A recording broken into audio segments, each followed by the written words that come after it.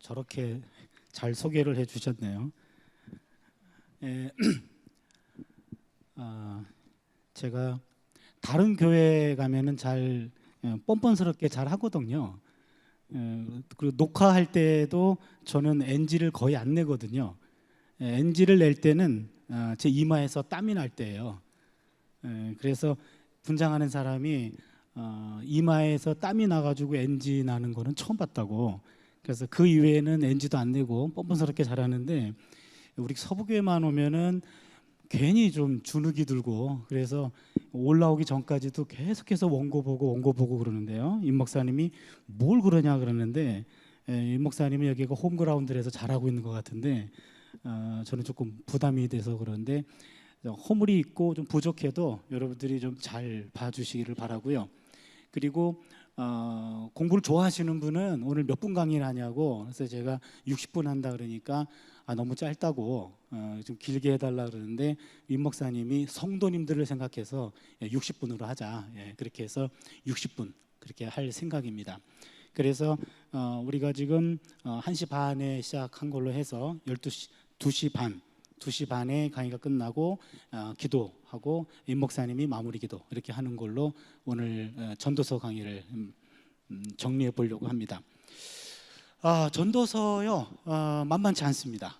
여러분 전도서 개인적으로 읽어보신 분들도 있으실 텐데, 특별히 이렇게 성도님들과 함께 대중 강의를 전도서로 하는 경우는 많지 않거든요. 그래서 이번 기회가 전도서를 읽는데 조금 도움이 되었으면 좋겠습니다. 여러분 그 책자 있죠?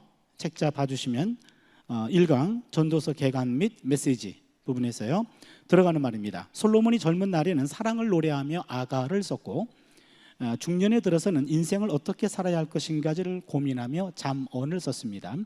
나이 들어서는 인생의 단맛은 모두 맛본 뒤 인생을 돌아보며 거기서 얻은 통찰을 가지고 전도서를 썼습니다. 조금 사족입니다만, 여러분들이 아가라고 하면은 그 아가서라고 가끔 실수하는 분들이 있는데, 가 안에 서의 의미가 들어가 있어요. 그래서 아가서 하면은 올바른 표기법은 아닙니다. 그러니까 이게 역전 앞 이런 표현이에요. 그래서 아가라고 해야지 옳은 표현이고, 그 다음에 잠언서도 아니고 언자 안에 서의 의미가 들어가 있어요. 이거는 많은 분들이 잘 모르시더라고요. 제가 성소공회 번역위원으로 활동할 때 성소공회에 어떤 교수님이 오셔가지고 이 아가를 아가서라고 말하고 잠언을 잠언서라고 말하는 극악무식한 신학자들이 있다고. 근데 제가 그런 사람이었거든요. 제가 맨 앞에 앉아가지고 얼마나 제가 부끄러웠는지, 그분은 날 보고 얘기한 건 아니었습니다만 도둑이 제발저리다고 제가 그때 충격을 받아가지고, 그래서 극악무식한 사람이 안 되려고 아가라고 표현합니다. 근데 교회 가면은 그런 극악무식한 사람들이 너무 많아요. 그래서 아가, 잠언, 전도서 이렇게 됩니다. 그래서 아가는 사랑의 노래고, 잠언은 인생의 지혜가 담겨 있고, 그 다음에 전도서는 나이가 많이 들었고 모든 걸 다 경험하고 난 다음에 이제는 인생을 뒤돌아보면서 하는 말이에요. 그러기에 인생을 많이 산 어른이 하는 이야기입니다. 그래서 전도서는 쉽게 이해하기가 어렵습니다. 그래서 나이가 정도 들어야 된다는 얘기죠. 아까 65세까지 청년이라 그랬는데 65세 이하가 이해하기는 어려운 책입니다. 특별히 여기 20대 청년들이 좀 더 많이 남아 있는데, 우리 청년들과 함께 이렇게 전도서를 공부한다는 게 얼마나 고마운지 몰라요. 그 다음에 욥은 고통 속에서 한계를 체험했는데, 이러한 한계 체험은 그로 하여금 하나님을 더 가깝게 만나게 합니다. 요게요, 제가 최근에 읽은 책, 그대 이 책에서 나오는 멘트인데요. 그대 마음이 말하는 길을 가라, 이 책인데요. 이 멘트가 상당히 저한테는 신선하게 다가왔어요. 코헬렛이라는 말은 전도자를 말합니다. 전도서를 쓴 사람. 전도자는 행복 속에서 한계를 체험하고 이를 통해 하나님을 좀 더 분명하게 깨닫는다. 욥과 전도서를 아주 잘 정리해놨는데, 욥은 고통 속에서 한계를 체험합니다. 여러분, 욥에 당하는 고통, 욥에 당하는 고난 알고 계시죠? 욥에 당하는 고난은 한마디로 말하면 까닭 없는 고난이었습니다. 까닭 없는 고난이란 이유가 없는 고난이에요. 이걸 보고 우리가 알 수 있는 것은, 여러분, 웬만한 고난들은 내가 실수해가지고 하는 고난들이 있어요. 내가 잘못했기 때문에 고난당하고 어려움 겪는 겁니다. 그런데 어떤 경우에는 실수한 것도 없고 내가 잘못한 것도 없는데 고난당하는 경우가 있어요. 그래서 욥기서를 내가 또 사자가 표현했네. 예, 그강 무식한 짓을 했네요. 예, 욥기입니다. 욥기. 그러니까 욥기를 읽어보면 아무리 읽어봐도 욥이 왜 고난당하는지에 대해서 욥에게는 알려진 적이 없습니다. 우리는 알 수 있어요. 하나님과 사단이 내기를 했기 때문에 일어났다. 그렇지만 욥기가 말해주는 것은 그것은 인간들이 알 수 없는 세상입니다. 그러기에 인간 세상에서는 고난당하고 고통당할 때 이유를 알 수 없는 것도 있다라는 거예요. 그렇기 때문에 고통당하는 사람 함부로 정죄해서는 안 돼요. 까닭 없는 고난도 있기 때문에 그게 바로 욥기가 우리에게 보여주는 거죠. 고통 속에서 한계를 체험한다. 그래서 고통이란, 고난이란 영원한 숙제입니다. 김동호 목사님, 그 유명하신 분 있잖아요. 지금 폐암으로 굉장히 지금 고통 중에 있고 수술도 받으셨는데 그분이 그런 기도하셨대요. 하나님, 어떻게 나한테 이런 암을 허락해 주십니까? 그때는 하나님이 너는 뭐 다르니? 그렇게 했대요. 다른 사람도 예수 잘 믿고 올바르고 의로운 사람도 암 걸릴 수 있어. 근데 너라고 뭐 꼭 다른 사람이니? 그런 깨달음이 왔대요. 나도 다른 사람이 아니구나. 그러면서 이제는 그런 암으로 투병하는 사람들의 처지를 본인이 이해하게 되면서 이제는 그분들을 위한 이렇게 메시지를 전하고 있으면서 정말로 살아있는 메시지가 나온 걸 봅니다. 그래서 여러분 고통당했을 때 너무 숨지 마세요. 내가 뭘 잘못한 것이 있나 그러지 마시고 아무런 잘못 없이도 고통당할 수 있고요. 이유를 알 수 없는 일들이 있을 수 있어요. 그런데 중요한 것은 내가 고통당하지만 하나님이 부재하신 것이 아니라 하나님은 현존하고 계시다는 거죠. 그게 욥기가 주는 메시지입니다. 내 고통 중에 하나님은 나를 버리신 것이 아니라 하나님이 나를 떠난 것이 아니라 하나님이 현존하고 계시는데 고통당하고 있는 거예요. 내가 왜 고통당합니까? 아무리 설명해도 인간은 이해할 수 없어요. 그러나 고통 중에 하나님은 함께 하신다라는 것, 그게 욥기 메시지입니다. 그러기엔 하나님이 아신다면 뭔가 뜻이 있겠지. 이게 우리가 받아야 될 자세입니다. 그리고 모든 것이 합력해서 선을 이룬다라는 그 믿음을 붙잡는 거죠. 이게 욥기가 주는 메시지고, 전도서는요 조금 달라요. 행복 속에서 한계를 체험한다. 이 전도서는요 솔로몬이 지은 것으로 알려져 있는데 모든 것들을 다 경험했어요. 사람들이 원하는 거 다 체험했습니다. 부도 체험했고 명예도 있고 권력도 있고 인간들이 갈망하는 것 모두 다 경험했습니다. 그럼에도 불구하고 헛되다 그랬어요. 2장 11절 잠깐 볼까요? 전도서 2장 11절입니다. 다 같이 한번 한 목소리로 읽겠습니다. 같이 읽습니다. 시작. 그 후에 내가 생각해 본즉 한 모든 일과 내가 수고한 모든 것이 다 헛되어 바람을 잡는 것이며 해 아래에서 무익한 것이로다. 예, 거기 보니까 모든 것들을 다 경험했는데 그러나 그것도 헛되도다. 요 용어를 충만의 우울증이다라는 표현을 썼어요. 기가 막힌 표현인데요. 독일 사회학자인 호르카이머라는 사람이 쓴 표현이랍니다. 충만의 우울증이란 말은 아무리 인간이 욕구하는 그 모든 것들을 충만하게 경험한다 할지라도 그 안에서 우울증을 경험하게 된다, 그 말입니다. 충만의 우울증입니다. 그 말이 무슨 말이냐면 이것은 사람들은 결코 만족할 수 없다라는 겁니다. 이 정도면 됐다라고 아무도 느낄 수 없다는 겁니다. 누가 봐도 비교적 그 사람은 모든 것 다 가지고 있는 것 같아요. 그러나 그 안에서도 우울이 있다. 충만의 우울증이라는 표현입니다. 모든 것을 가졌음에도 불구하고 그 무엇에도 결코 만족할 수 없다. 그 모든 것으로부터 충분하지 않다. 그를 충만하게 해주는 것은 아무것도 없다. 그래서 전도자는 모든 것이 헛되도다. 그렇게 얘기한 겁니다. 그래서 전도자는 이것을 통해서 하나님을 좀 더 분명하게 깨닫습니다. 무슨 말이냐면 내가 욕구하는 그 모든 것들이 충족될 때야만 진정한 행복을 이룬다? 아니라 얘기입니다. 다 해봤는데 충만에 이르러도 우울증은 찾아오더라. 그러기에 그 안에서 하나님을 새롭게 붙잡게 되는 것이 전도서의 메시지입니다. 예, 그러면은요, 거기까지만 들어가는 말 했고요. 전도서 구조를 보면은 1, 2장은 영원한 순환이 나오고 3장, 6장은 모든 것은 동일한 운명을 가지고 있다라는 말이고요. 7장, 9장은 이 세상에서 먹고 마시라. 10장, 12장은 지혜로운 규범이 보이는데요. 사실은 이 구조를 본다고 전도서 구조가 안 잡혀요. 그렇죠? 저만 안 잡히는 게 아니죠. 안 잡히죠. 예, 이거는 내가 구조를 잘못 잡은 게 아니라 전도서가 이상한 책이에요. 그러니까 전도서가 안 잡히는 책이에요. 그러니까 구약에서 전체 구조가 한눈으로 안 들어온 책들이 몇 권이 있어요. 그 중에 하나가 전도서입니다. 그래서 전도서는 일종의 논문이에요. 논문이기 때문에 이렇게 얘기하다가 맞는 것 같아. 이러니라. 예, 맞습니다. 그런데 그것도 헛되니라. 이렇게 얘기해요. 그러면 어쩌라고. 그렇죠. 열심히 따라와서 동의하고 맞는 말이라 그러는데 그게 헛되대요. 이러면 나보고 어쩌라고. 이게 전도서를 읽을 때 상당히 허탈해지는 기분입니다.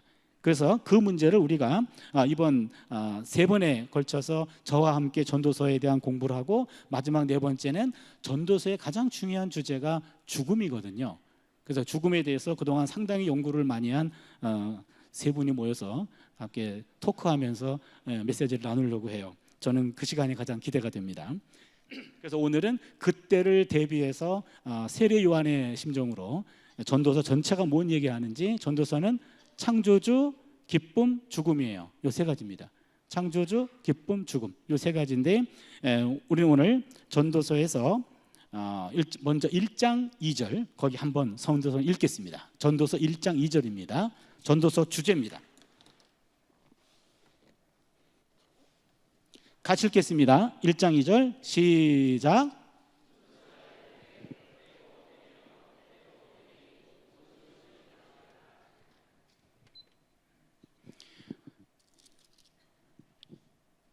헛되고 헛되며 헛되고 헛되니 모든 것이 헛되도다. 이게 전도서 주제입니다. 헛되고 헛되니 헛되고 헛되도다. 모든 것이 헛되도다. 그래서 마치 전도서는 염세주의자가 쓴 표현 아닌가 그런 생각이 드는데 과연 뭐가 헛된 건지 내용을 좀 우리가 보도록 할 거고요. 그래서 여러분 4쪽 보시면은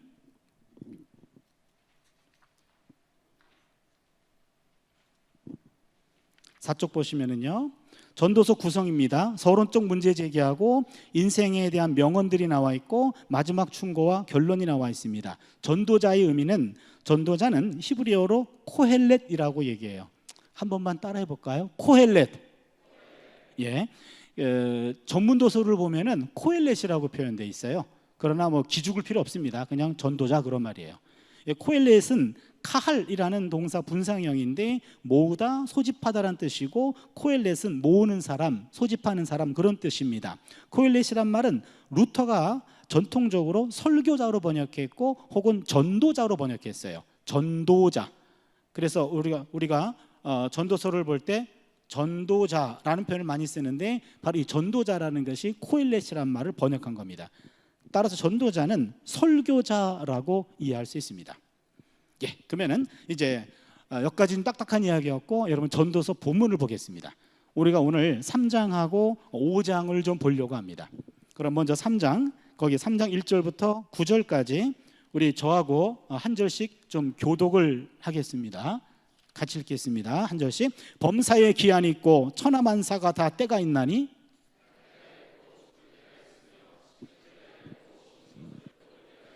죽일 때가 있고 치료할 때가 있으며 헐 때가 있고 세울 때가 있으며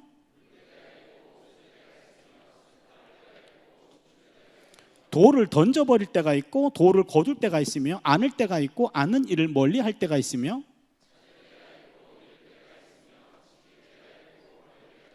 찢을 때가 있고 꿰맬 때가 있으며 잠잠할 때가 있고 말할 때가 있으며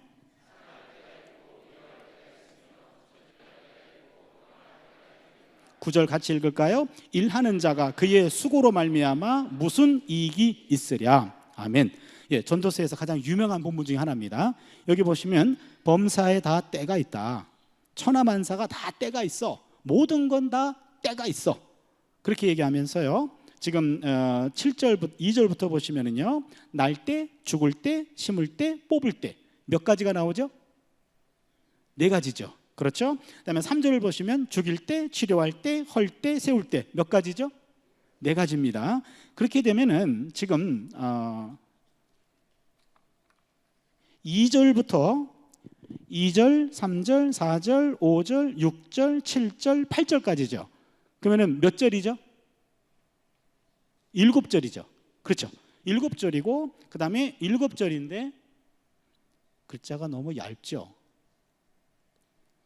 7절에 절마다 네 가지 때가 나오죠. 4, 7이 28. 아직도 기억하시네요, 그거를. 예, 여기 4라고 하는 것은 동서남북 네 방향을 말하고요. 7이라고 하는 것은 완전 숫자를 말합니다. 그렇게 되면은 여기 있는 때는 4, 7이 28. 인간이 출생해서 죽을 때까지 경험하는 모든 때가 이 안에 다 들어가 있습니다.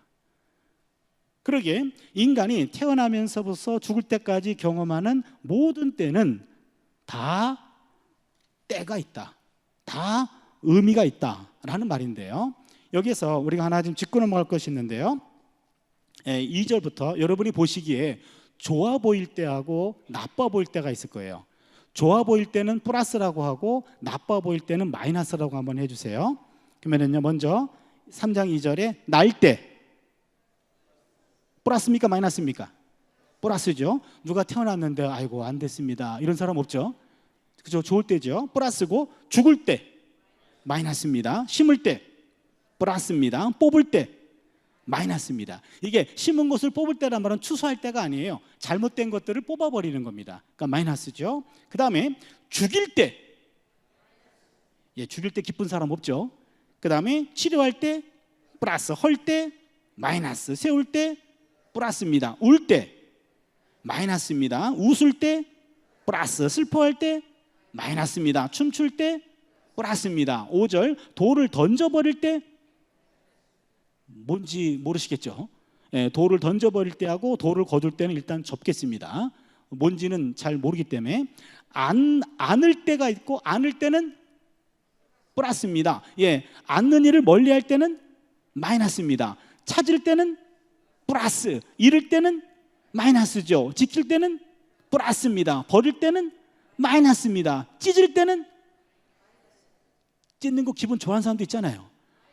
마이너스예요? 일단 이거 접어두세요. 이것도 찢을 때 꿰맬 때가 뭔지 모르니까 잠잠할 때도 일단 접어두겠습니다. 8절 사랑할 때 플러스, 미워할 때 마이너스, 전쟁할 때 마이너스, 평화할 때 플러스입니다. 그러면은요 여기서 우리가 지금 5절하고 지금 7절을 잠시 접어뒀어요. 그러면은 뭐냐면은 지금 5절 같은 경우에 돌을 번져버릴 때가 있고 돌을 거둘 때가 있나니, 이 말은요 말을 해야 되나 말해야 되나 아주 고민 중인데요. 이거는 미드라시에서, 유대교 경전인데 미드라시에서 어떻게 해석했냐면, 당신의 아내가 정결하면 돌을 던질 시간이고 당신의 아내가 불결하면 돌을 모을 시간입니다. 이렇게 얘기했어요. 다시 말씀드리면 돌을 던지는 시간은 아내와 가까이 하는 시간이고 돌을 모으는 시간은 아내를 멀리 할 때라는 겁니다. 그렇다면 그 돌이 뭔데? 이 돌이라고 하는 거는요, 출애굽기 여러분 1장 16절을 볼까요? 출애굽기 1장 16절 성경 한번 보시면은요, 1장 16절 보시면 너희는 히브리 여인을 위하여 해산을 도울 때 그 자리를 살펴서 아들이거든 그를 죽이고 딸이거든 살려주라. 여러분 출애굽기 1장에 그 당시 바로가 이집트 사람들의 인구를 억제하려고 히브리 여인들이 아기를 낳으면 아들을 낳거든 죽여라 그랬잖아요. 기억나시죠? 그때 히브리 산파가 이제는 그들에게 하는 말이, 너희들이 히브리 여인들이 해산을 도울 때 바로 아들을 낳으면 죽여라 그런 얘기입니다. 그러면 아들과 딸을 구분하는 게 그 자리를 살펴서 그렇게 나와요. 요 자리라고 하는 말이 히브리 말로 이게 에벤이에요. 에벤. 여러분 에벤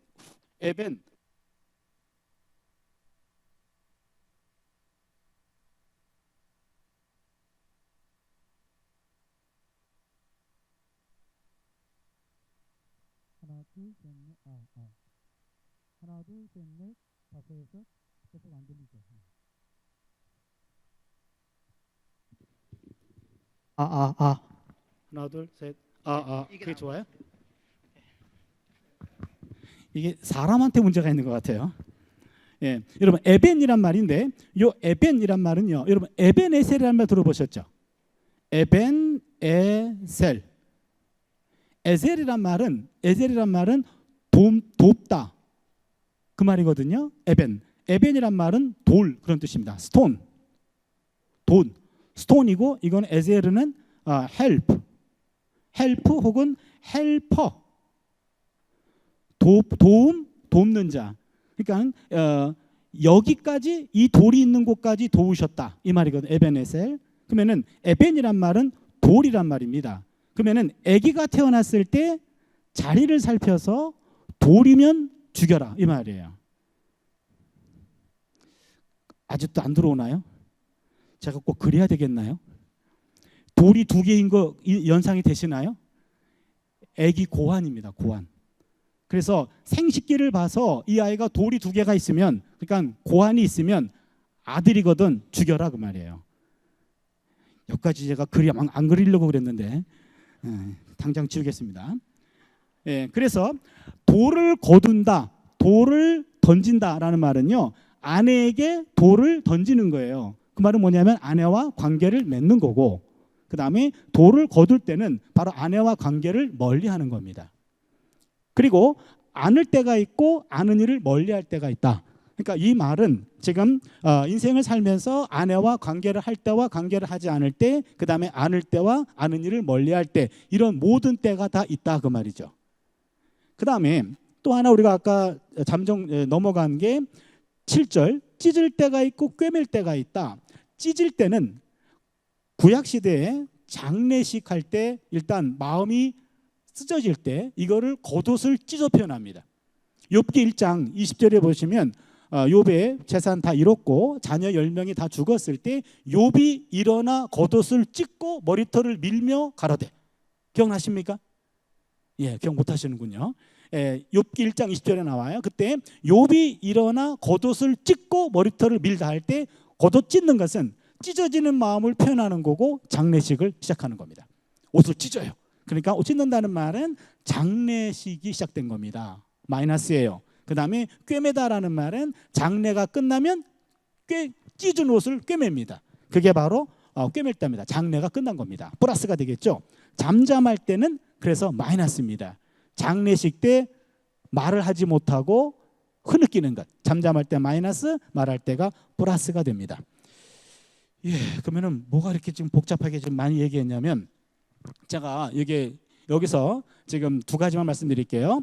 2절부터 8절까지 지금 4, 7, 28, 28가지가 인간이 태어나면서부터 죽을 때까지 일어나는 모든 일이 다 때가 있다. 그런데 중요한 것은 그 모든 때가 바로 인간들이 주도하는 때가 아니라 받아들일 때라는 거예요. 내가 주도할 수 있는 거 아무것도 없습니다. 여러분 이제 생각해 보세요. 날 때 죽을 때, 야 나는 좀 시원할 때 태어났으면 좋겠어. 그런 태어난 날을 자기가 정하고 태어난 사람 없어요. 그렇죠? 나는 우리 애들을 위해서 그냥 좋은 날 내가 갔으면 좋겠다. 야 나는 몇 날에 보내다오. 이런 거 없어요. 태어날 때도 그렇고 죽을 때도 그렇고 모든 때는 내가 주장하는 것이 아닙니다. 시간은 하나님이 주장하시고 인간은 그냥 받아들이는 것뿐이에요. 요게 지금 28가지 때가 다 그렇습니다. 모든 때가 다 내가 주장하지 않고 그냥 주어지는 때를 받아들이는 겁니다. 그러기에 인간이 경험하는 모든 때는 다 때가 있다. 그 때는 내가 주도할 수 없다. 우리는 모든 때를 받아들이는 수동적인 존재다. 인간이 경험하는 모든 때는 경험되는 것이지 내가 만드는 것은 아니다. 바로 이것이 이 본문에 주어지는 메시지입니다. 인간이 시간의 주인이 아니란 얘기입니다. 그래서 인간이란 불가항력적 측면으로 주어지는 시간 안에 그저 머물러 있는 한계적인 존재입니다. 인간은 때를 주도할 수 없습니다.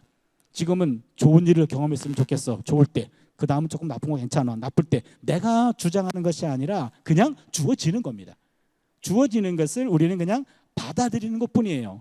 그래서 인간은 인생의 주권자가 아니라 주어진 삶을 받아들이는 존재입니다. 그러게 우리는 무조건 운명론적으로 받아들이는 건 아닙니다. 오늘 목사님 설교하셨듯이 운명이 아니라 하나님의 섭리 안에 그것을 받아들이는 거죠. 그래서 결국에 우리가 포기하지 않아야 되는 것은 어떠한 고통스러운 때라 할지라도 이 모든 것이 합력해서 하나님의 손을 이룬다. 그러니까 내가 보기에는 불편하고 내가 보기에는 힘들어도 결국에 지나고 나면 이런 것들이 다 하나의 하나님의 선을 이루어가는 과정이다. 그 믿음 가지고 견뎌내는 거죠. 좋을 때도 있고 나쁠 때도 있고 우리가 보기에는 모든 때가 다 그런데 재밌는 것은요. 저기를 보겠습니다. 여러분 11절입니다. 3장 11절입니다. 같이 읽겠습니다. 시작. 하나님이 모든 것을 지으시되 때를 따라 아름답게 하셨고 또 사람들에게는 영혼을 사모하는 마음을 주셨느니라. 그러나 하나님이 하시는 일의 시종을 사람으로 측량할 수 없게 하셨도다. 아멘. 여기 보니까 지금 11절을 보시면 모든 때를 아름답게 하셨다. 때를 아름답게 하셨다. 이 아름답다라는 말은요. 아까 좋다라는 말과 조금 개념이 다릅니다. 지금요. 우리가 보기에는 좋아 보일 때가 있고 나빠 보일 때가 있는데 하나님이 보시기에는 그 모든 것들이 다 아름다운 때라는 얘기예요. 이게 우리가 하나 또 배워야 될 대목입니다. 다 우리가 보기에는 불편하고 힘들 때는 나빠 보일 때예요. 그러나 하나님이 보시기에는 다 그것이 아름다운 때란 겁니다. 힘든 때도 아름다운 때고 잘 나갈 때도 아름다운 때란 얘기죠. 힘든 일을 굳굳이 참아내면서 견뎌내는 그 모습, 그것 아름다운 모습입니다. 좋을 때 기뻐하는 모습도 아름다운 모습입니다. 그러니까 좋고 나쁜 것보다 더 중요한 것은 아름다운 거예요.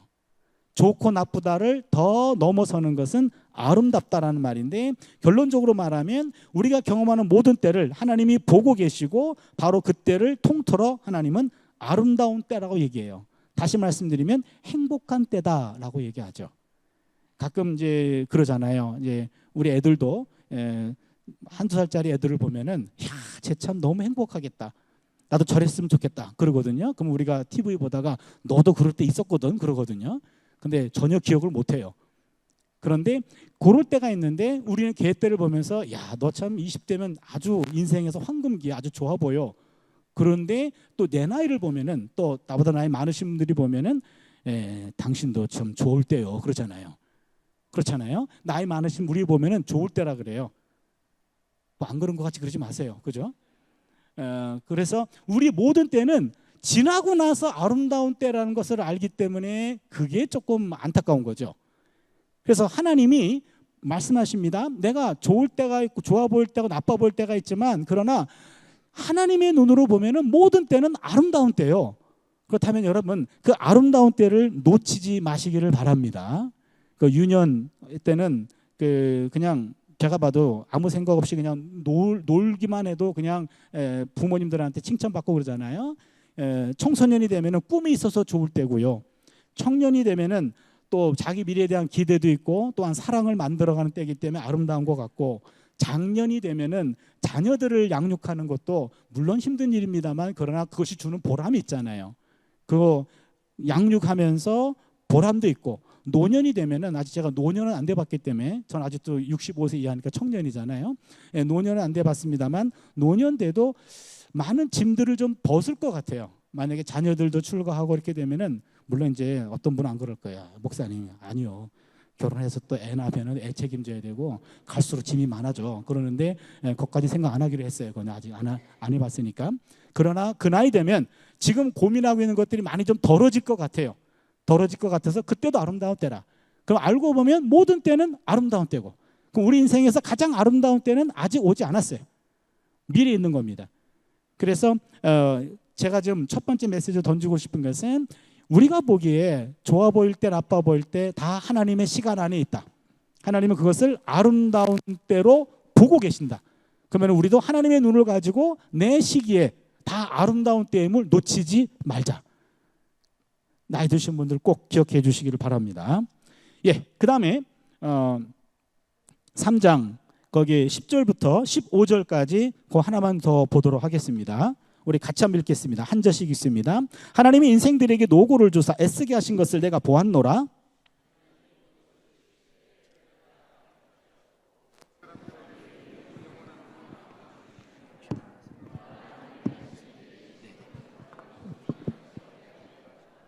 사람들이 사는 동안에 기뻐하며 선을 행하는 것보다 더 나은 것이 없는 줄을 내가 알았고,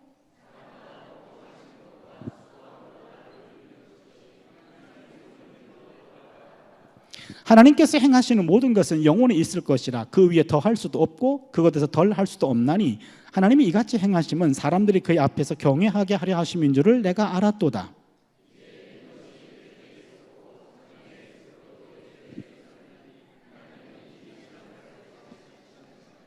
아멘. 예.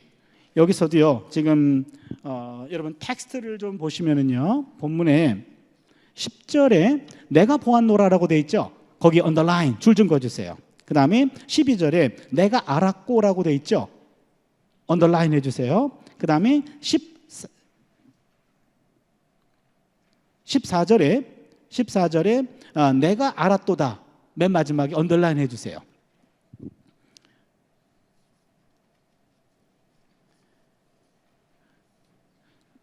뭔 얘기인지 아시겠죠? 지금 무슨 얘기냐면 여러분 10절에서 10절, 11절이 하나의 짝이 되는데 10절에 히브리 원어를 보면 하나님의 인생들에게 노고를 주사 애쓰게 하신 것을 내가 보았노라 이렇게 되어 있는데 원어를 보면 내가 보았노라 하나님이 인생들에게 노고를 주사 애쓰게 하신 것을 이렇게 됩니다. 12절을 보시면은요 사람들이 사는 동안에 기뻐하며 선을 행하는 것보다 더 나은 것이 없는 줄을 내가 알았고 이렇게 되어 있는데 이것도 원어를 보면 내가 알았다 사람들이 사는 동안에 기뻐하며 선을 행하는 것보다 더 나은 것이 없는 것을. 됐나요? 그 다음에 14절을 보시면은요 맨 마지막에 내가 알았도다 이것도 내가 알았도다 하나님께서 행하시는 모든 것은 영원히 있을 것이라 그 위에 더 할 수도 없고 그것에 덜 할 수도 없나니 이렇게 됩니다. 그러면은 세 가지를 깨닫게 된 거죠. 그렇죠?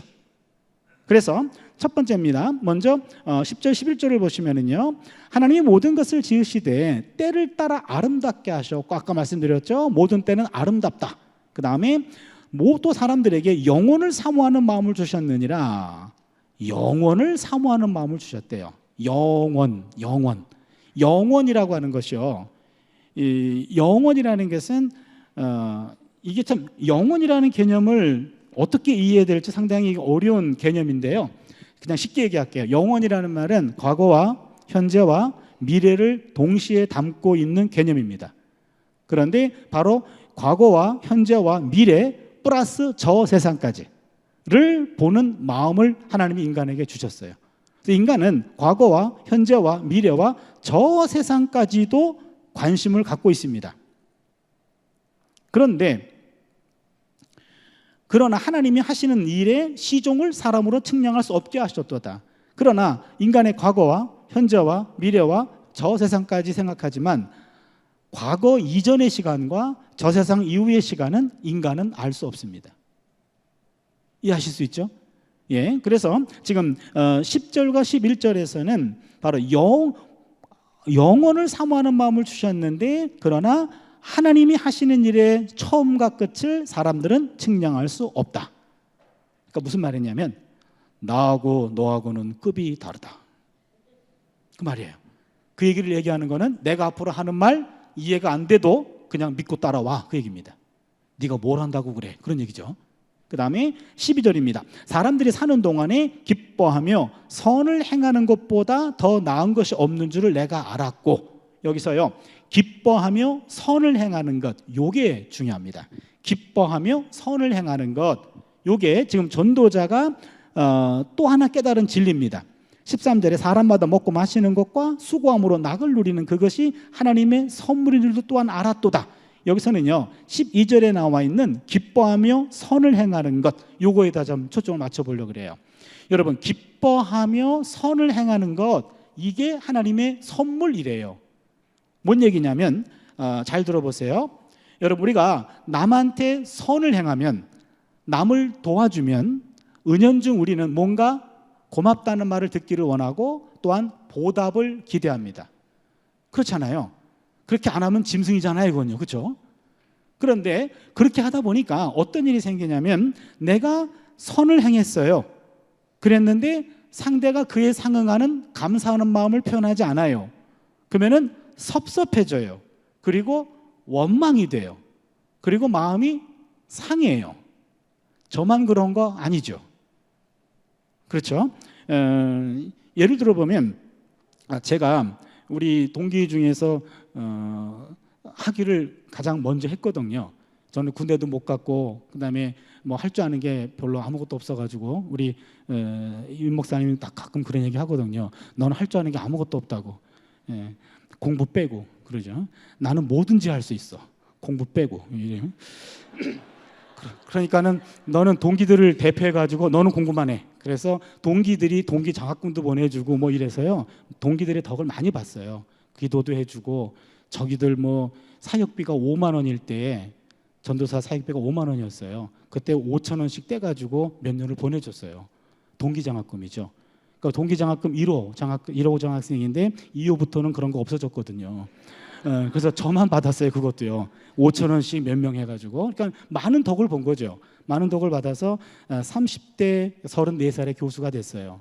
근데 우리 동기들은 그때 군대 가야 되고 그다음에 또 뭐 목회도 하고 그러다 보니까 한 30대 중반 나는 마치고 왔는데 그때 유학을 가는 거죠. 유학을 갔다 와서 돌아왔어요. 40대 초반에 돌아옵니다. 그러면은 그것도 빠른 거예요. 저는 이미 교수가 돼 있으니까 친하지도 않은 친구들이 전화를 하죠. 학위를 마치고 왔는데 한국에 왔는데 내가 강의 어떻게 해야 되니?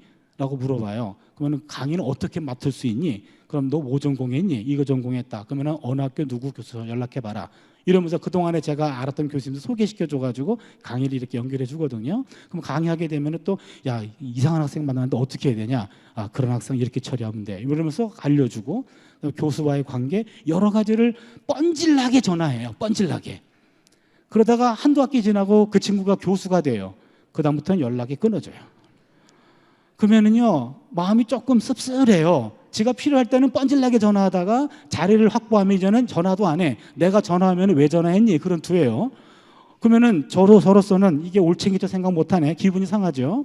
근데 그런 경우들이 많이 있거든요. 그래서 간신히 마음을 달랬는데 또 한 친구가 왔어요. 또 연락이 와요. 그럼 물어봐요. 그럼 시작하려면 제 아내가 그러죠. 그만해라. 또 마음 상할 텐데 뭐 그거 하냐고 그냥 조금만 말해주라고 그렇게 적극적으로 말해주지 말라고. 근데 저는 그래도 도와줄 수 있는 게 그것도 좋은 일이라서 열심히 또 해요. 그리고 또 그 친구도 연락이 끊어져요. 그럼 마음이 또 상해요. 또 그럼요. 이런 일이 반복되는 거죠. 그런데 전도서를 보다가 제가 깨달았어요. 기뻐하며 선을 행하면 기뻐하며 선을 행한다. 그러면은 선을 행할 때 기쁘죠. 그게 보상이에요. 그게 보상입니다. 거기서 끝나야 돼. 남을 도와줄 수 있는 것이 기쁜 일이에요. 그게 기뻐요. 그게 보상이에요. 거기서 내가 또 뭔가를 기대하니까 내가 섭섭한 거죠. 그래서 할 만큼만 하면 됩니다. 그래서 그다음부터는 이제는 할 만큼만 하고 기대를 안 해요. 기대를 안 하고 도와줬는데 이상한 친구가 하나 탄생했네요. 전화를 해요. 그다음부터도. 그래서 이런 것도 있고 내가 포기하니까는 전화가 오네 이런 거죠. 그래서 하나 깨달았어요. 물론 제가 이 본문을 읽을 때만 깨달아요. 또 섭섭해요. 또 섭섭하고 그래요. 제자가 어디 오지에서 선교사로 왔는데 선교 활동하다가 둘 다 내 제자니까 왔어요. 인사하러 왔어요. 그래서 인사하러 왔는데 내가 갈 수 없는 곳에 가가지고 너무 고생하니까 아내랑 상의해가지고 바리바리 싸가지고 선교비를 좀 줬어요. 저희로서는 거액이에요. 그러면 그냥 교수님 나 이거 받으러 온 거 아닌데요. 괜찮아. 내가 그래도 마음이 내가 선교를 네가 대전하니까 내가 고마움으로 표현한 거니까 받아. 그리고 줬어요. 그러면은 나가자마자 그 봉투 봤을 거 아니에요. 금액이 센데 전화해야지. 교수님 너무나 큰 금액이네요. 전화해야지. 그래도 아무리 기다려도 전화가 없어요. 하루 기다려도 없고 일주일 기다려도 없고 한 달 기다려도 없고 이미 갔어 그 나라로. 그리고는 아내랑 저하고는 봐 왜 쓸데없는 짓 했어. 그런데 한 6개월 지나서 그때 연락이 왔어요. 그때 너무 경황이 없어가지고 연락을 못했는데 교수님 너무 큰 금액을 줬는데 그것 때문에 선교지에서 이렇게 썼습니다. 그래서 마음이 좀 풀어졌지만 미리 연락하지 이제. 이렇듯 사람의 마음은 이렇게 참 가볍고 흔들리는데 전도서를 보며 또 마음을 다잡습니다. 기뻐하며 선을 행하는 것, 그게 보상이에요. 그것까지. 그 다음에 기대하지 않으면 선물이 주어져요. 기대하면 섭섭함이 찾아오죠. 그래서 전도자가 말합니다. 기뻐하며 선을 행하는 것 하나님의 선물입니다. 그 다음에 14절 이하를 보니까는요, 하나님께서 행하시는 모든 것은 영원히 있을 것이라 그 위에 더 할 수도 없고 덜 할 수도 없나니 하나님이 이같이 행하심은 사람들이 그의 앞에서 경외하게 하려 하심인 줄을 내가 알았도다. 지금요, 하나님이 하시는 일 우리가 더 할 수도 없고 뺄 수도 없어요. 15절을 보니까 이제 있는 것이 옛적에 있었고 장래 있을 것도 옛적에 있었나니 하나님이 이미 지나간 것을 다시 찾으시느니라. 요 15절도 굉장히 어려운 본문인데, 이제 있는 것 현재죠, 옛적 과거죠, 그 다음에 장래 있을 것 미래죠, 옛적 과거입니다. 무슨 말이냐면 이제 있는 것 현재, 과거에 있었고 옛적에 있었고 미래에 있을 것도 옛적에 있었나니 하나님은 지나간 것을 다시 찾으시느니라. 그러니까 하나님은 시간의 구애를 받지 않는다는 겁니다. 제가 지난번에 한번 이 본문을 설교하다가 말씀드린 것 같은데요, 인간들은 현재와 과거와 현재와 미래를 이렇게 수평적으로 봅니다. 그렇죠?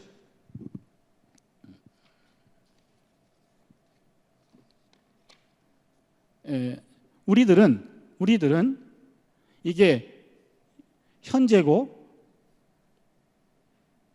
현재가 아니죠. 미안합니다. 이게 과거고, 현재고, 미래. 이런 식으로 옆에서 봅니다. 옆에서 보기 때문에 우리는 쓰는 것보다 그림이 이게 낫겠네요. 과거와 현재와 미래를 보는데 우리가 과거의 전부를 보는 것도 아니에요. 여러분 지나간 과거 여러분 다 기억납니까?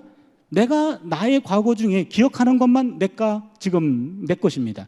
현재도 내가 경험하는 것만 내 것입니다. 미래도 내가 예상하는 것만 내 것이에요.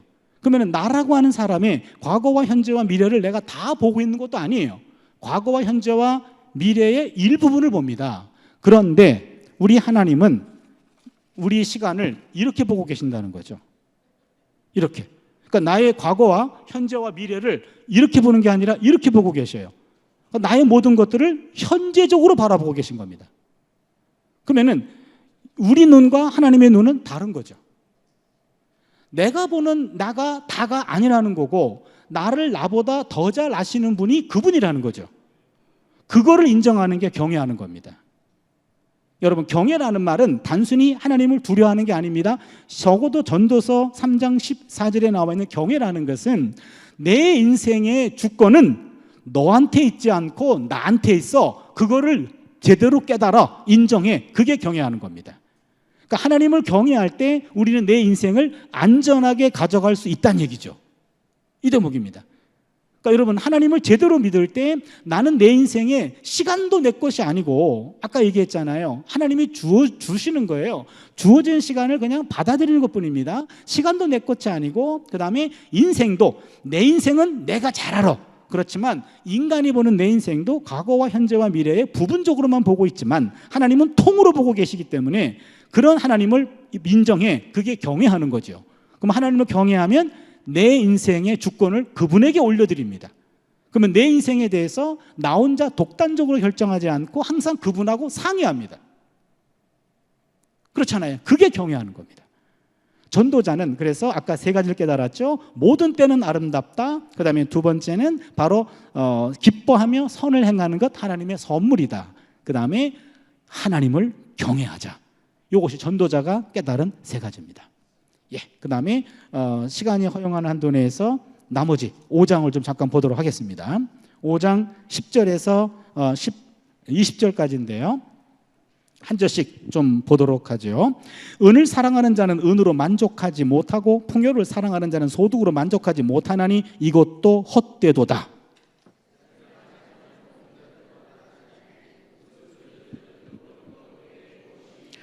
노동자는 먹는 것이 많든지 적든지 잠을 달게 자거니와 부자는 그 부요함 때문에 자지 못하느니라.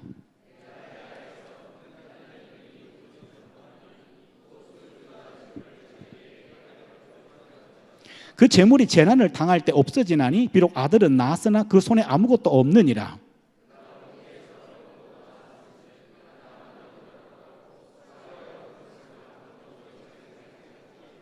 이것도 큰 불행이라. 어떻게 왔든지 그대로 가리니 바람을 잡는 수고가 그에게 무엇이 유익하랴?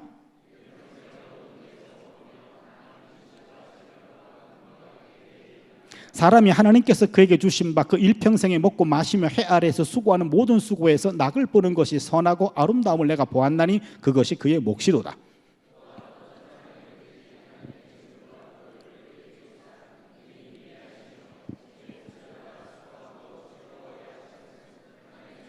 같이 있습니다. 그는 자기의 생명의 날을 깊이 생각하지 아니하리니 이는 하나님이 그의 마음에 기뻐하는 것으로 응답하심이리라. 아멘.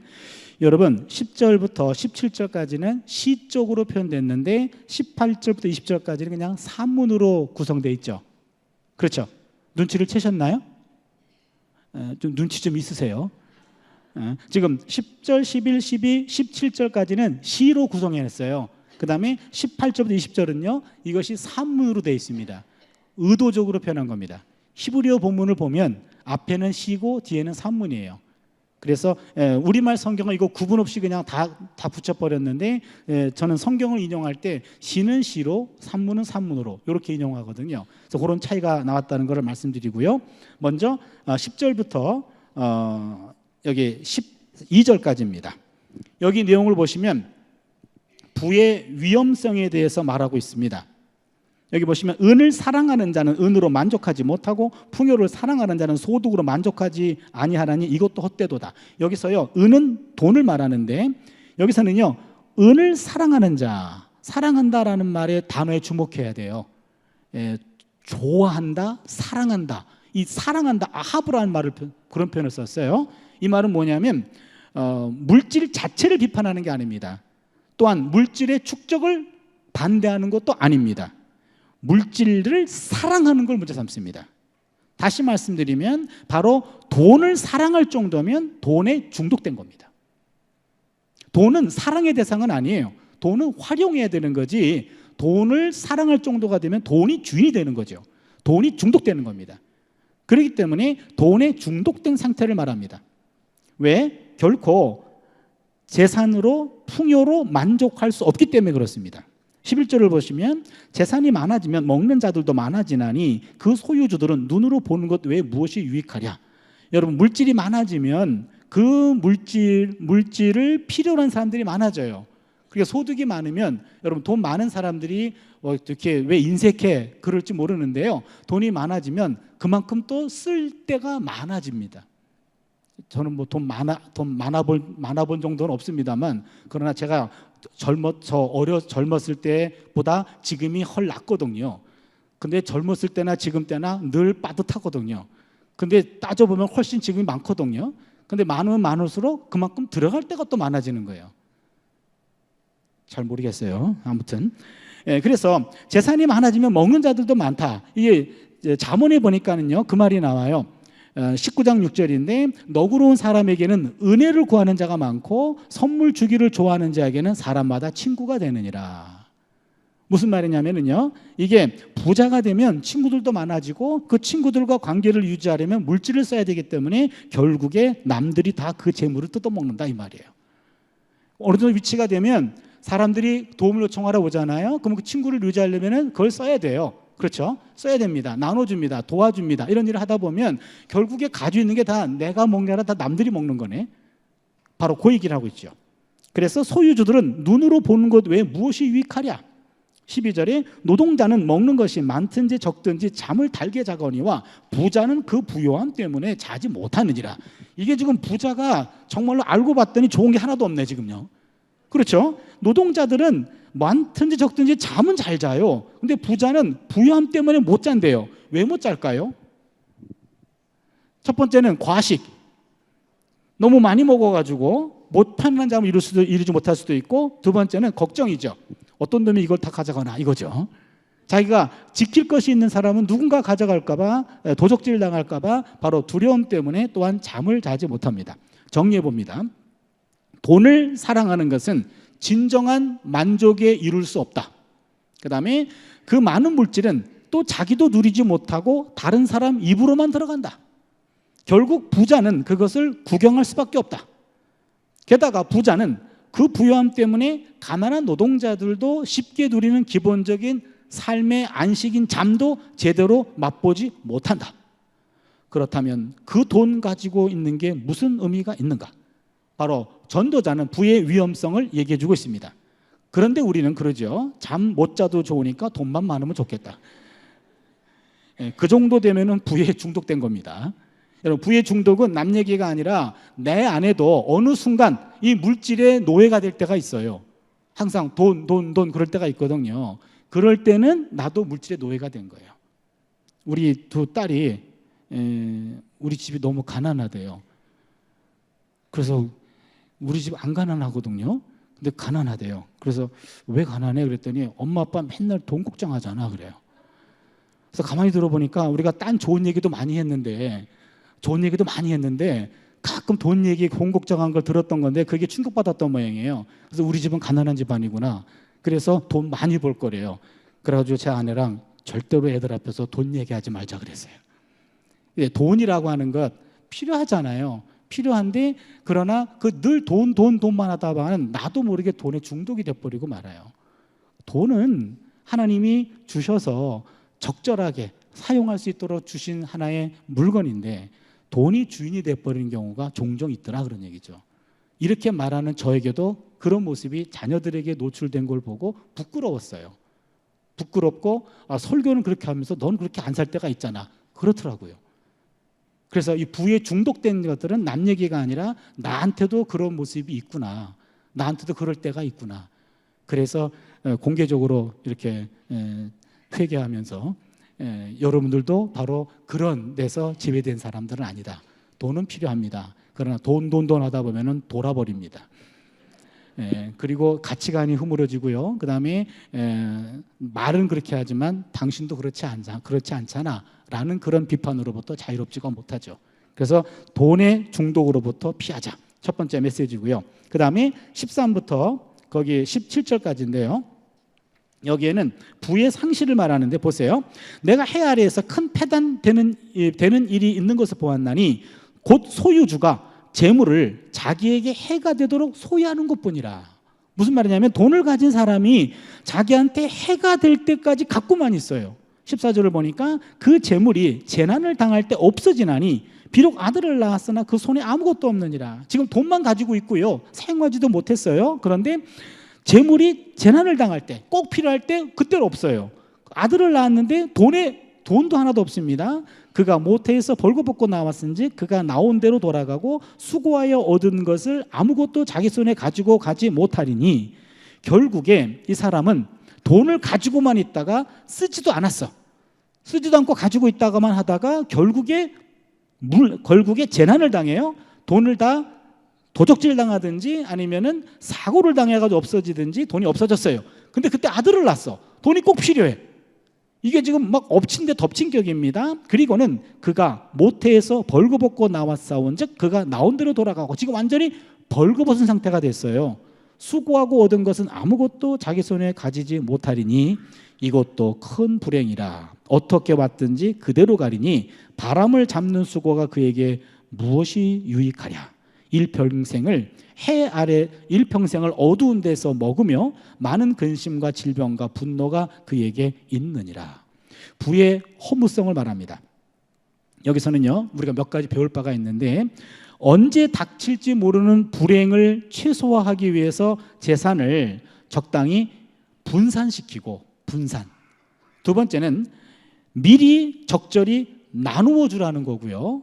자기만 가지고 있다가 남들한테 도와주지도 않고 그냥 움켜만 쥐고 있다가 결국에 다 없어진단 말이죠. 그렇기 때문에 적절히 나누어 주라는 얘기고 또 하나 세 번째는 현재 자신을 위해서도 지금 사용하라는 겁니다. 돈은 돌고 도는데요. 여러분 거기 뒤에 한번 보실까요? 8쪽에 보시면 물질과 관련하여 배우게 되는 세 가지 메시지가 나오는데 미래를 위해서 적당히 물질을 모으라. 미래를 대비하고 두 번째 기회가 있을 때마다 물질을 남을 위하여 적절히 나누라. 세 번째는 물질 가운데 일정한 양은 현재 자신을 위해서도 사용하라. 지금 어차피 물질은 돌고 돌다가 결국에 다 없어지는 건데, 있는 동안에 일부는 나의 미래를 위해서 모으고 일부는 적절히 기회 있을 때마다 나눠주고, 이것이 구제비로 나가건 성교비로 나가건 적절히 나누고, 그리고는 3번 물질 가운데 일정량은 현재의 자신을 위해서도 써라. 자기를 위해서 쓰는 것들은 우리가 잘 못하는 것 같아요. 그래서 본인들을 위해서는 아껴 쓰고 자녀들을 위해서는 팍팍 쓰더라고요. 우리 학생 제가 가르친 학생이 있는데, 그 자녀를 위해서 무슨 뭐 이게 듣는 거 있잖아요. 듣는 거 뭐죠? 헤드셋 뭐 이런 거 있는데 그게 100만 원이라 그러대요. 그래서 그거를 뭐 휴가 갔다가 걔가 원해가지고 사줬대요. 그래가지고 그게 뭘 100만 원짜리 사주냐 그랬더니 우리 학생이 엄마 아빠를 잘 만난 거죠.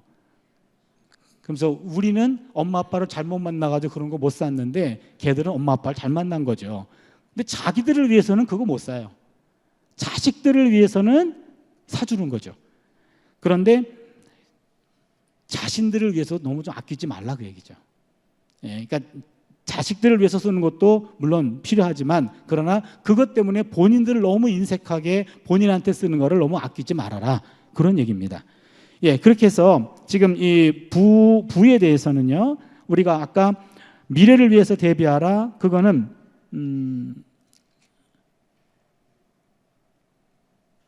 11장 전도서 11장 1절을 보면 너는 내 떡을 물 위에 던져라, 여러 날 후에 도로 찾으리라. 이것도 재밌는 말입니다. 떡을 물 위에 던져 여러 날 후에 다시 찾을 거예요. 그러니까 남을 위해서 써. 너가 필요할 때 돌아올 수 있어. 그런 얘기죠. 그래서 물질과 관련해서는 항상 첫 번째, 미래를 위해 물질을 어느 정도 축적하고, 두 번째, 기회 있을 때마다 나누어주라, 세 번째, 자신을 위해서도 사용하는 것을 아끼지 말아라. 마지막입니다. 본문의 18절부터 20절입니다. 사람들이 하나님께서 그에게 주신 바 일평생에 먹고 마시며 해 아래에서 하는 모든 수고 중에 낙을 보는 것이 선하고 아름다움을 내가 보았나니 그것이 그의 몫이라. 요거 하나 좀 나누고 마치려고 그래요. 모든 수고 중에 낙을 보는 것이 선하고 아름다움을 내가 보았다. 여러분 여기 제가 지난번에도 한번 설명했던 것 같은데요. 낙을 보는 것, 낙을 보다. 낙이라고 하는 말, 이 말은요 히브리 말로 토브라고 말합니다. 토브, 한번 따라할까요? 토브. 그 다음에 보다라는 말은 라아, 토브라라는 말인데, 수고하면서 낙을 보는 것이 선하고 아름답다. 그러니까 낙을 본다라는 말인데, 여러분 낙을 본다라는 말을 우리말로 낙을 누린다라는 말로도 번역해요. 낙을 누린다. 그런데 낙을 누린다고 했을 때 나이 드신 분들에게 이제 좀 낙을 좀 누리세요 그러면은 그러죠. 뭐 이 사람아 낙이 있어야 낙을 누리지 그러잖아요. 그렇잖아요. 근데 낙을 누린다라는 말 잘 들으세요, 여러분. 이 토브라고 하는 말은 좋은 쪽이에요. 좋은 쪽, 좋은 곳, 좋은 것. 그래서 좋은 쪽, 좋은 것, 좋은 곳을 보는 겁니다. 그러게 낙을 누린다라는 말은요, 그래서 좋은 쪽을 보면서 거기에서 즐거움을 누리는 겁니다. 예를 들면 우리 인생을 10이라고 했을 때 10 중에 하나 정도가 문제가 생기면은 우리 인생은 올스톱합니다. 문제가 생겼기 때문에 문제를 깊이 생각하다 보면요 문제 속에 들어가게 돼요. 그래서 문제가 해결이 돼야 인생이 진전되는데 문제 때문에 전전긍긍합니다. 문제가 해결이 안 됐어요. 또 하나 문제가 생겼네. 중복죄입니다. 그러면 이건 거의 돌아가실 지경입니다. 하나도 해결이 안 됐는데 또 하나 문제가 생겼어요. 그런데 이 문제를 해결하려고 그러는데 또 하나 문제가 생겼네요. 그러면 3개쯤 생기면은요 이거는 거의 우울증에 빠질 정도입니다. 인생이 완전히 절망적입니다. 그러면은 문제 속에 문제만 바라보다가 문제 속으로 들어갑니다. 그러면은 사방이 문제입니다. 사방이. 그러면 개헌할 방법이 없어요. 이때 이쪽의 시선을 빼앗기는 것이 아니라 남은 7쪽을 바라보는 게 낙을 누리는 거예요. 낙을 보는 겁니다. 여기서도 3이라 할지라도 7쪽에 좋은 쪽이 있어요. 낙이 있단 말이죠. 낙 쪽으로 시선을 돌려서 낙을 충분히 봅니다. 그나마 있는 쪽을 보는 거예요. 그 눈을 가지고 다시 문제를 봅니다. 그 문제를 바깥에서 보게 되고, 문제를 객관적으로 보게 되고, 문제를 긍정적인 눈을 가지고 보게 됩니다. 그러면은 문제 속에서 보는 문제와 바깥에서 보는 문제는 다른 문제입니다. 속에 들어가서는요, 출구가 보이지 않아요. 그러나 바깥쪽에서 보면은요, 조금씩 출구가 보이기 시작합니다. 그러면서 이 7개에 있는 낙을 가지고 요 3개의 문제를 바라보는 겁니다. 그러기에 중요한 것은 오늘 오전 설교도 저는 비슷한 맥락으로 제가 은혜를 받았어요. 낙을 누리는 겁니다. 좋은 쪽 보는 겁니다. 선택입니다. 우리의 미래는 어떤 하나님의 어떤 운명에 매인 것이 아니라 하나님의 섭리라고 하는 곳에 있기 때문에 하나님의 섭리 아래는 나의 선택도 들어가 있어요. 그러게 여러분, 참새 한 마리도 하나님이 허락하지 아니하시면 땅에 떨어지지 않는다 그랬잖아요. 그렇죠? 그런 말 보셨죠? 마태복음에. 근데 여러분, 참새 한 마리가 안 떨어지려면 날개를 접으면 안 돼요. 이 짓 해야 돼요, 자기도. 그렇잖아요. 날개 짓을 해야 됩니다. 참새 한 마리도 땅에 허락하지 않으면 땅에 떨어지지 않는데 그 참새가 날개를 접으면 떨어져요. 지도 날개짓 정도는 해야 돼요. 그러면 이 날개짓이라고 하는 것이 바로 내 몫입니다. 내 몫인데 내 몫에서 가장 중요한 것은 라토바는 겁니다. 좋은 쪽을 바라보는 거죠. 그러게 신앙은 어찌 보면 똑같은 환경 속에서 어느 쪽을 바라보느냐가 그 사람의 영성을 판단해요. 그러게 나쁜 쪽이 아니라 좋은 쪽을 바라보세요. 수고함으로 낙을 누리는 것, 바로 그것이 하나님이 주신 선물이다, 이런 얘기입니다. 그래서 여러분들이 내가 이 나이에 너무 힘듭니다, 그러지 마세요. 그 나이에 힘든 일이 있는 거 감사하세요. 그렇잖아요. 내 일이 있잖아요. 내 일이 있으면 내일이 있는 거예요. 내 일이 없으면 내일이 없어요. 그리고 그 일이 슬픈 일이건 기쁜 일이건 간에 그 일을 감사함으로 감당해내면서 제발 낙을 누리자고요. 낙을 누리자고요. 신앙은 그겁니다. 낙을 누리는 겁니다. 기도하겠습니다.